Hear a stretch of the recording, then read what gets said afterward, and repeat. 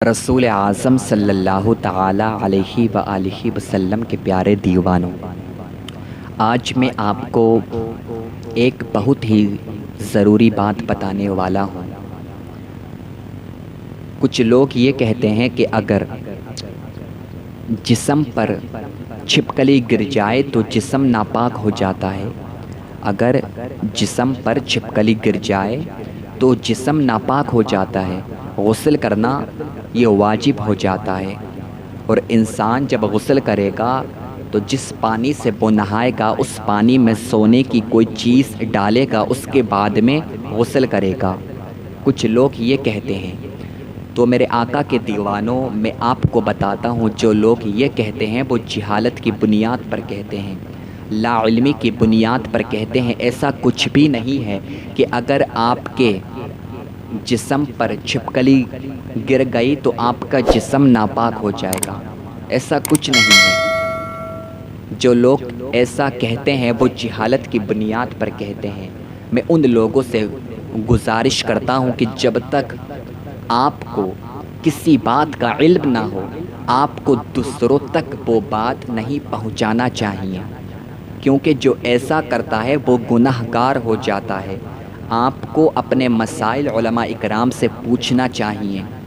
ہوتا یہ ہے، آج کے لوگوں کا حال یہ ہو چکا ہے کہ اگر کوئی عالم دین کسی جاہل کو سمجھاتا ہے تو وہ اس کی بات پر عمل نہیں کرتا ہے، اور جو اس کے بڑے بوڑھوں نے کیا وہ وہی کرتا ہے اور ان کی دلیل پیش کرتا ہے۔ اگر کوئی عالم دین سمجھاتا ہے، کوئی امام سمجھاتا ہے، تو آج کے ہمارے جو لوگ ہیں وہ امام لوگوں کو طعنہ دیتے ہیں، امام لوگوں کو گالیاں بکتے ہیں، عالموں کو طعنہ دیتے ہیں، عالموں کو گالیاں بکتے ہیں۔ آپ لوگ کان کھول کر سن لو، جو کوئی بھی کسی عالم کو گالی دے گا، کسی عالم کو طعنہ دے گا، اعلیٰ حضرت فرماتے ہیں کہ جب وہ مرے گا تو اس کا خاتمہ ایمان پر نہیں ہوگا، اس کا خاتمہ کفر پر ہوگا۔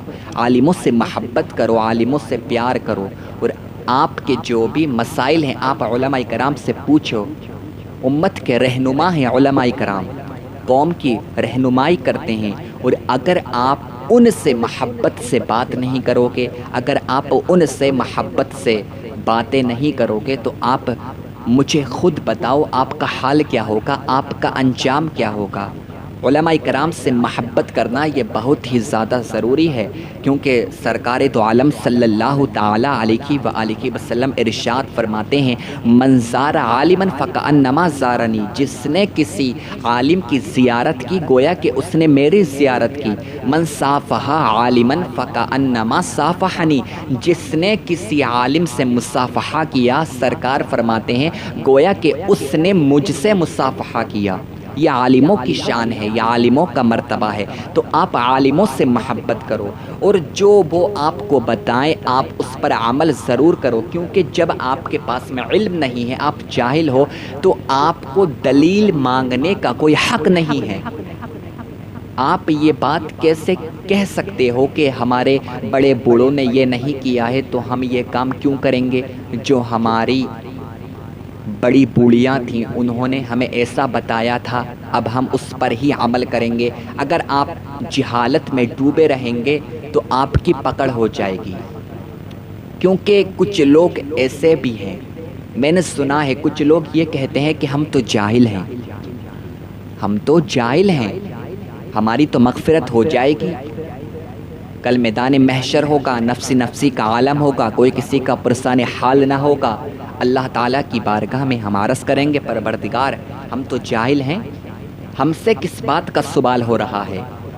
جو لوگ ایسا کہتے ہیں وہ لوگ کان کھول کر سن لیں کہ جاہل ہونا یہ کوئی عذر نہیں ہوگا کل قیامت کے دن، کیونکہ علم دین سیکھنا یہ فرض ہے۔ اگر آپ یہ عذر پیش کرو گے کہ ہم تو جاہل ہیں، ہم سے اس وجہ سے غلطیاں ہوئی ہیں، تو یہ عذر آپ کا قبول نہیں کیا جائے گا، آپ کی پکڑ ہو جائے گی اور آپ کو جہنم میں ڈال دیا جائے گا، کیونکہ علم دین سیکھنا یہ فرض ہے، علم دین سیکھنا یہ ضروری ہے۔ یہ کوئی عذر نہیں ہے کہ ہم جاہل ہیں، تو خدا کے واسطے طرح طرح کی خرافاتوں سے نکلو۔ اگر جسم پر چھپکلی گر گئی تو جسم ناپاک نہیں ہوتا ہے، جسم ناپاک نہیں ہوتا ہے، کیونکہ چھپکلی جو ہے یہ بظاہر ناپاک نہیں ہے، یہ پاک ہے، یہ ناپاک نہیں ہے، یہ پاک ہے۔ ہاں اتنا ضرور ہے، اگر چھپکلی کے اوپر نجاست لگی ہوئی تھی اور چھپکلی آپ کے اوپر گر گئی یا آپ کے ہاتھ کے اوپر چڑھ گئی، تو جس جگہ پر نجاست لگی ہے آپ کے ہاتھ پر، آپ اپنے ہاتھ کو دھو لیں، بات ختم ہو جائے گی۔ ایسا نہیں ہے کہ اگر چھپکلی آپ کے کپڑوں پر گر گئی تو آپ کے کپڑے ناپاک ہو جائیں گے، یا آپ کے جسم کے اوپر گر گئی آپ کا جسم ناپاک ہو جائے گا۔